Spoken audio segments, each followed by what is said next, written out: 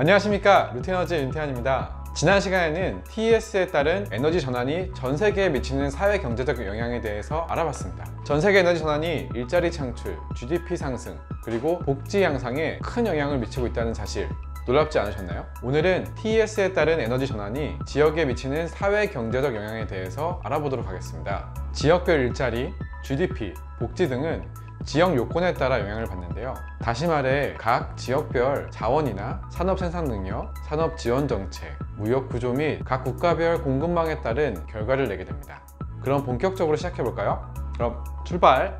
에너지 전환의 가장 큰 이익은 고용 창출인데요. 전체 에너지 부분의 일자리 증가는 지역 요건에 따라 차이를 보입니다. 예를 들어 아시아는 오세아니아와 라틴 아메리카보다 더 많은 일자리가 생겨날 것으로 기대되는데요. 이는 아시아가 화석연료 관련 일자리 감소율이 높고 에너지 전환 관련 기술 분야의 일자리 증가율이 월등히 높기 때문입니다. 에너지 부문의 일자리는 무엇이 있을까요? 에너지 전환 관련 분야인 재생에너지, 에너지 효율성, 그다음에 시스템 유연성과 전력망 강화 등이 있으며 화석연료와 원자력 산업 분야가 있습니다. TES에 따르면 전 세계 에너지 부분의 일자리는 2017년에 5,800만 개에서 2050년에 약 1억 개로 확대된다고 합니다. 2050년에는 모든 지역에서 에너지 전환 관련 일자리 비중이 화석연료 및 원자력 발전 일자리보다 훨씬 더 높아지게 되는데요. 그 예로 동남아시아와 중남미의 에너지 전환 관련 일자리 비중이 각각 83%, 72%로 가장 높아질 것을 확인하실 수 있습니다. 에너지 전환 관련 일자리는 총 3가지 부문으로 전력망 및 에너지 유연성, 에너지 효율성, 또 재생에너지 분야가 있는데요. 각 지역의 요건에 따라 일자리 구성 비중이 차이가 발생을 하게 됩니다. 그 대표적인 예로 에너지 효율 관련 일자리는 북미 지역이 45% 정도로 높은 비중을 보이고 있고, 전력망과 에너지 유용성 관련 일자리는 기타 아시아에서는 높은 비중을 보이고 있지만 동남아에서는 가장 낮은 비중을 보입니다. 재생에너지 일자리 비중은 동아시아에서는 약 36%로 굉장히 높지만 오세아니아에서는 1% 미만으로 매우 작은데요. 이는 오세아니아의 인구 인력 투자 규모가 동아시아보다 훨씬 작기 때문입니다. 발전원에 따라 세부적으로 보면 태양광은 북미와 아시아에서 절반 이상을 차지하게 됩니다. 유럽이 약 30%로 그 뒤를 잇게 되고, 이와 대조적으로 바이오 에너지는 중남미, 동남아시아, 사하라 이남 아프리카 및 나머지 유럽 지역에 관련 일자리가 60% 이상을 차지하게 됩니다.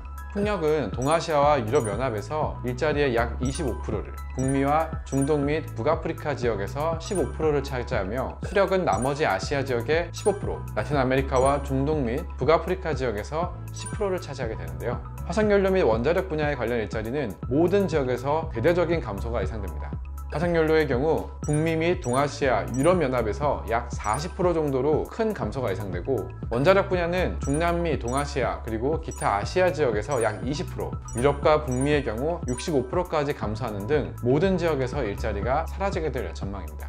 자, 그럼 정리를 한번 해볼까요? 각 지역별로 기술이나 인구, 환경 등에 따라 일자리 창출 정도가 다 차이가 있습니다. 그러나 전 세계적으로 화석연료 관련 일자리 감소보다 재생에너지 관련 일자리 증가가 훨씬 더 크기 때문에 결과적으로 에너지 관련 일자리가 전 세계적으로 증가하는 효과를 만들 수 있습니다. 이번에는 바로 경제 이야기, GDP 이야기를 한번 해볼까요? 2019년에서 2050년까지 TES에서 예측한 평균 GDP는 PES의 평균 GDP보다 약 2% 정도 높지만 지역별로 증가폭은 상당한 차이를 보입니다.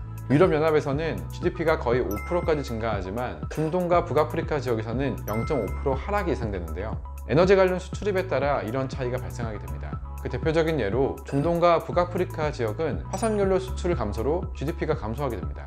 PES 대비 TES 글로벌 GDP 누적 증가액은 약 11억 원에 달하며 이는 매년 1인당 평균 약 44만 원의 매우 높은 값입니다. 그런데 문제는 그 이익이 각 지역별로 고르게 분포되지 않는다는 것입니다.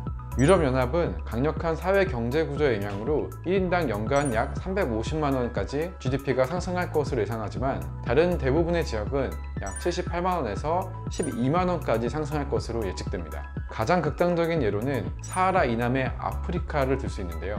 약 3만 원 정도 굉장히 소폭 증가로 그칠 것으로 보입니다. 유럽연합의 약 100분의 1 수준으로 지역별로 정말 큰 차이가 생기는 것을 알 수 있겠죠. 더 놀라운 것은 대표적인 화석연료 수출국인 중동, 북아프리카, 그리고 오세아니아 지역은 오히려 GDP가 감소할 것으로 예상합니다. 전 세계적으로 재생에너지가 증가하면서 원유나 석탄과 같은 화석연료에 대한 수요가 대폭 감소하기 때문인데요. 그 결과 에너지 전환이 되면 될수록 더 손해를 보는 지역도 발생하게 됩니다. 자, 그럼 한번 정리를 한번 해볼까요? 일자리와 다르게 GDP의 경우 전 세계가 이득을 취하는 것은 아니고 각 지역의 기술, 인구, 환경 등에 따라서 극심한 차이를 보이게 됩니다. 이러한 불균형을 극복하기 위해서는 각 지역 단위의 에너지 전환이 아닌 전 세계가 협력하는 에너지 전환이 필요할 것으로 보입니다. 자, 그럼 이어서 복지를 살펴볼까요? 전 세계는 에너지 전환으로 교육, 보건, 환경 등 삶의 질이 개선되게 됩니다. 물론 복지 향상의 정도는 지역에 따라 차이가 발생합니다. 복지 향상의 정도의 측정은 사회, 환경, 경제의 지표로 가능한데요. 먼저 사회 지표는 보건과 교육으로 구성됩니다. 보건 요소는 대기오염 감소로 인한 건강 개선 효과가 가장 큰 영향을 미칠 것으로 예상합니다. 두 번째 환경 지표에는 온실가스 배출의 완화로 인한 개선 효과가 가장 큰 영향을 미칠 것으로 예상됩니다. 기후변화는 전 지구적인 문제로 모든 지역에서 비슷하게 혜택을 얻을 수 있을 것으로 기대됩니다. 마지막으로 가계소비, 투자, 고용의 상승을 의미하는 경제지표는 전 세계적으로 상승하지만 상대적으로 유럽과 동아시아 지역이 두드러진 성과를 보이게 될 것입니다. 결론적으로 에너지 전환에 따른 일자리 창출, GDP 향상, 복지 향상 정도는 각 지역별로 차이가 존재하게 됩니다. 화석연료 및 원자력 에너지 부분의 감소로 인한 손실이 발생하는 지역도 있는 거죠. 그러나 장기적으로 또 종합적으로 고려했을 때 에너지 전환은 이익으로 돌아오게 됩니다. 우리 모두는 에너지 전환을 해야 될지 말아야 될지 그 여부를 고민할 것이 아니라 어떻게 또 얼마나 빠르게 에너지 전환을 이룰 것인지 국제적으로 더 긴밀하게 협력하고 빠르게 실행해야 하는 것이죠. 우리는 세계적인 에너지 전환 흐름에 있습니다. 그 역사를 함께하고 있는 여러분의 감정은 어떠신가요?